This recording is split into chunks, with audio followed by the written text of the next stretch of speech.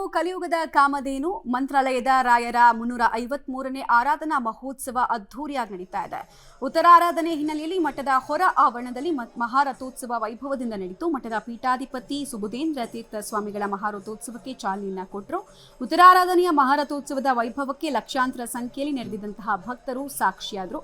ಮಧ್ಯಾರಾಧನೆ, ಪೂರ್ವಾರಾಧನೆ ಅಂತೆಲ್ಲ ಮಾಡ್ತಾರೆ ಸಾಮಾನ್ಯವಾಗಿ. ಸೊ ಇವತ್ತು ಉತ್ತರಾರಾಧನೆ ಅಂತ ಹೇಳಿದ್ರೆ ಬೃಂದಾವನಕ್ಕೆ ರಾಯರು ಕಾಲಿಟ್ಟ ಮಾರನೇ ದಿನವನ್ನ ಉತ್ತರಾರಾಧನೆಯ ದಿನ ಅಂತ ಹೇಳ್ತಾರೆ.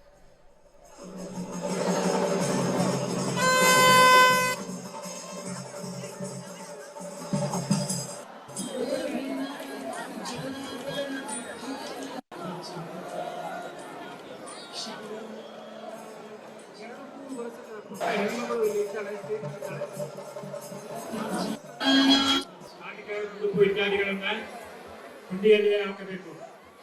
ಹುಂಡಿಯಲ್ಲಿ ಹಾಕಿದ್ರೆ ಮಾತ್ರ ಜೋಲಿ ಪೈನವನ್ನು ಒಳ್ಳು ಜಾಗ್ರತೆగా ఉండాలి.